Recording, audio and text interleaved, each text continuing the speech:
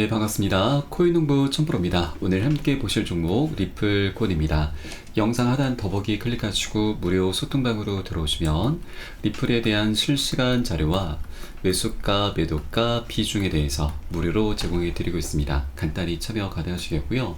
자, 이 리플이 현재 4일 연속 양봉이 출현하면서 이 저점의 추세선 안쪽으로 다시 복귀하려는 모습을 보이고 있습니다. 우리 코인시장도 좀 전반적으로 다시 안정을 찾아 나가고 있죠. 자, 최근에 여러 가지 악재가 있음에도 지금 전저점을 이탈했음에도 저가 매수가 강력히 유입이 되면서 자, 시장은 오히려 이런 악재를 활용해서 저점 매수 기회로 삼고 있는 것이죠.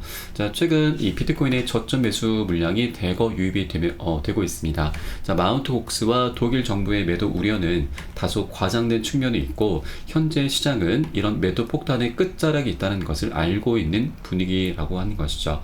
자, 그렇게 우리 코인시장의 악재는 이제 소멸 단계로 진행이 되면서 강력한 호재로 변하게 됩니다. 자, 그리고 우리 코인시장의 또 하나의 지금 악재이자 호재가 하나가 있죠. 바로 지금 비트코인 채굴자들의 항복입니다.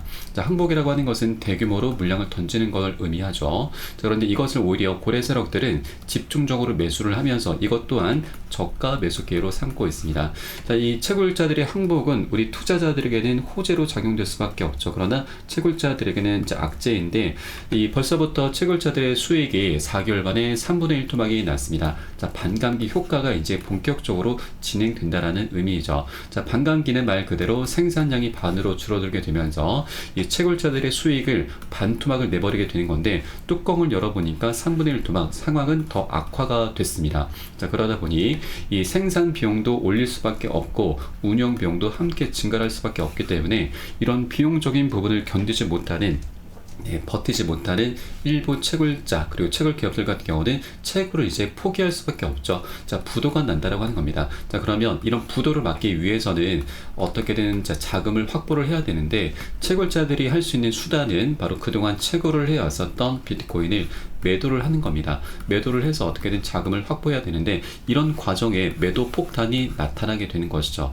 자, 그런데 이 매도 폭탄은 그리 오래 가진 않고 단기적으로 끝날 수밖에 없습니다. 자, 지난 2020년 5월 달에도 비트코인의 세 번째 반감기가 시작이 됐는데 자, 이때 당시에는 자, 반감기 이전에 매도 폭탄이 나왔습니다. 자, 단기간에 끝났죠. 그리고 나서 역대 폭등 흐름이 전개가 되면서 1300% 14배의 상승력을 보였습니다. 자, 이게 바로 반감기의 힘입니다. 이런 반감기가 현재 이제 본격적으로 시작이 되고 있기 때문에 효과가 이제 시작이 되고 있기 때문에 우리 알트코인들도 다시 한번 새로운 지평에 올라서게 될 것입니다. 자, 이런 분위기 속에서 자, 리플 같은 경우는 현재 소송의 끝을 이제 맞이하려고 하고 있습니다. 자, 여러 가지 정황 속에서 우리가 이것을 살펴볼 수가 있는데 자, 리플의 CEO 브래드 갈링하우스가 이번에 바이든 대통령의 암호화폐 고문과 이 원탁 회의를 했었죠. 자, 이 회의를 마치고 브래드 갈링하우스는 오늘 아침 회의는 희망적이고 미래로 이동하는 첫 단계다라는 언급을 남겼습니다. 그리고 이 자리에는 민주당 의원들도 다수 참석을 했고 그리고 이 억만장자 마크 큐반 등도 참석을 했는데 이 마크 큐반은 자, 과거부터 계속해서 바이든에 대해서 SEC의 암호화폐 규제 정책 때문에 바이든은 대선에서 패배할 수 있다라는 그런 언급을 남겼습니다. 자, 그렇게 SEC를 계속해서 비판을 해봤었던 인물이죠. 자, 이랬던 민주당 측에서 어떻게 보면 SEC와 척을 치고 있는 리플과 이 마크 큐반을 초청해서 회의를 했다라고 하는 것은 자, 바이든도 SEC가 굉장히 부담으로 작용되고 있다라고 하는 것이죠. 자, SEC 그 중에서도 게리 긴슬러가 지금 위원장으로서 우리 암호화폐 시장에 굉장히 포괄적인 행보를 많이 보이고 있습니다. 자, 그래서 이런 행보들이 자, 바이든 측에는 굉장히 부담으로 적용할 수밖에 없고 결국 바이든의 지지율을 끌어내리는 그런 이제 역효과밖에 없게 되는 것이죠. 그래서 자, 바이든 측에서도 이제 SEC는 지금 안중에 없고 오히려 친암호화폐적인 행보를 보이려고 하는 것이고요. 또 이것은 더 나아가서 SEC 입지를 좁게 만들면서 지금 리플과 SEC의 소송도 바이든 측에게 굉장히 부담이 될 수밖에 없기 때문에 이 소송을 하루라도 빨리 자, 끝맺음을 해야 된다. 합의로 마무리를 해야 된다라는 그런 어떤 뉘앙스라고 우리가 좀 볼 수가 있겠습니다. 제스처라고 볼 수가 있는 것이죠.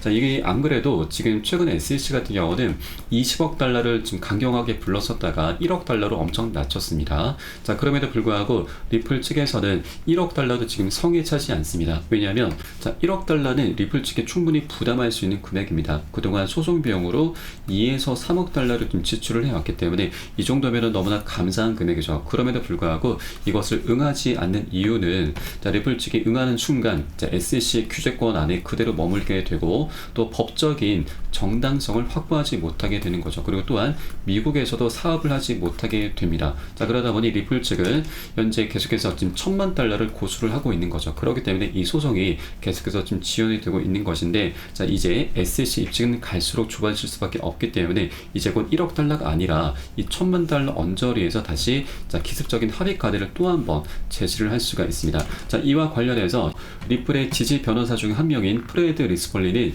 이 소송은 이르면 12일 바로 오늘입니다. 오늘 판결이 나올 가능성이 좀 있다라고 예상을 했는데, 자, 이 12일이라고 하는 것은 작년 7월 13일에 리플과 SC의 약식 판결에서 리플이 승소를 따낸 날이죠. 그래서 이 판결 1주년 하루 전인 미국 시간 12일 금요일이 될 가능성에 대해서 언급을 한 것이죠. 그리고 이 12일은 우리 한국 시간으로는 13일 새벽입니다. 자, 그리고 이 날짜가 아니라면 이 7월 말쯤에는 판결이 나올 것으로 현재 예상을 했습니다. 자, 리플의 CEO도 이번 여름 안으로 이 소송이 마무리가 될 것으로 예측을 했고, 많은 사람들이 예상하는 것보다 더 빨리 끝날 수 있다라고 언급을 남겼었죠. 자, 그러면서 이 프레드 리스폴리는 이번 소송은 2,500만 달러 이하의 벌금과 0달러의 징벌적 손해배상으로 해결될 수 있다라고 예측을 했습니다. 자, 손해배상은 없다라고 하는 것이죠. 자, 이것도 맞는 말입니다. 네, 지금 이 소송은 기관 투자자들을 현재 SEC가 피해자로 규정을 하고 있죠. 그런데 리플이 기관 투자자들에게 판매했을 당시에는 약 5에서 10원밖에 되지 않았습니다. 현재는 600원이죠. 그러면 엄청난 수익을 안겨주고 있는 것입니다. 그렇기 때문에 현재 피해자는 없다라는 겁니다. 그래서 이런 징벌적인 손해배상은 할 필요가 없는 것이고, 자, 기관 판매 관련해서만 자, 벌금 2,500만 달러 이하의 벌금으로 현재 마무리가 될 것으로 예측하고 있는 것이고, 자, 충분히 이 소송에서는 리플이 유리한 고지를 차지하고 있습니다. 자, 그래서 이런 소송의 판결이 나타나기 전에 자, 빠르면 오늘이 될 수도 있고, 자, 이것보다는 올 7월 말쯤이 좀 가장 확률이 높죠. 그래서 이 7월 말이 되기 전에 자, SEC는 리플에게 자, 이 정도 선에서 2,500만 달러 이 정도 선에서 충분히 기습적인 합의 카드를 들고 올 수 있겠구나라고 우리가 엿볼 수가 있겠습니다. 자, 그래서 앞으로 리플의 행보가 어떻게 될지에 따라서 우리 리플 가격이 좀 달라질 텐데, 어쨌거나 이 소송은 그 끝이 다가오고 있고, 소송이 마무리됨에 따라서 리플은 이제 역대급 폭등 흐름 전개될 수 있다 말씀드리겠습니다. 자, 작년도 7월 13일에도 자, 리플 같은 경우는 지지부진한 흐름을 좀 이어오다가 갑작스럽게 80%나 급등 흐름이 전개가 됐었죠. 그래서 현재 이렇게 차트 분석은 이제 무의미하다라는 걸 말씀드립니다. 현재 굉장히 저평가된 구간이기 때문에 우리가 해주셔야 될 일은 현재 고점에 물려 계신 분들은 평균 단가 낮추신 작업해 주셔야 되고, 기존 홀더 분들께서는 비중을 더욱더 확대해 나가시면서 우리 수익을 극대화하는 그런 관점으로 계속해서 끌고 나가셔야 된다라고 말씀드립니다. 자, 다만 이렇게 뚜렷한 호재가 있을수록 우리가 더욱더 조심을 해 주셔야 됩니다. 왜냐하면 자, 고래 세력들이 이제 본격적으로 유입이 될 것인데, 그러면 고래 세력들은 자, 언제라도 개미를 털면서 다시 랠리를 펼쳐가는 것이죠. 그렇기 때문에 이런 상승 조정 구간이 나타나게 되는 겁니다. 그래서 우리는 이런 구간들에 절대 털려서는 안 되시고, 또 이렇게 상승 구간에 진입하셔도 안 됩니다. 이런 구간들은 추격 매수 구간이고, 추격 매수의 끝은 결국 손절입니다. 오히려 이 손절 상황들은 이런 상승 구간에 더 많이 나타나곤 하죠. 그렇기 때문에 우리는 이 단기 고점에서는 비중 살짝 덜어내고, 눌림목에서는 덜어낸 비중 다시 실어가면서 그렇게 수익을 극대화하는 전략을 통해서 리플을 장기적으로 끌고 가셔야 된다 말씀드립니다. 자, 여러분, 이때 가장 중요한 것이 바로 비중 관리입니다. 이 관리가 되지 않으면 우린 어떤 호재도 어떤 방향성도 다 무용지물이 될 수밖에 없습니다. 자, 그래서 이에 따른 매수가, 매도가에 대해서 여러분께 카톡방 통해서 실시간 빠르게 공유를 해드리면 여러분들 이 사인에 따라서 발빠르게 안전하게 매수, 매도 진입을 해주시면 되신다 말씀드립니다. 그래서 위 번호로 010-6531-7908 010-6531-7908 숫자 3번 문자 한 통 넣어주시면 되겠고요. 제가 현재 운영하고 있는 공개 카톡방 링크를 바로 보내드립니다.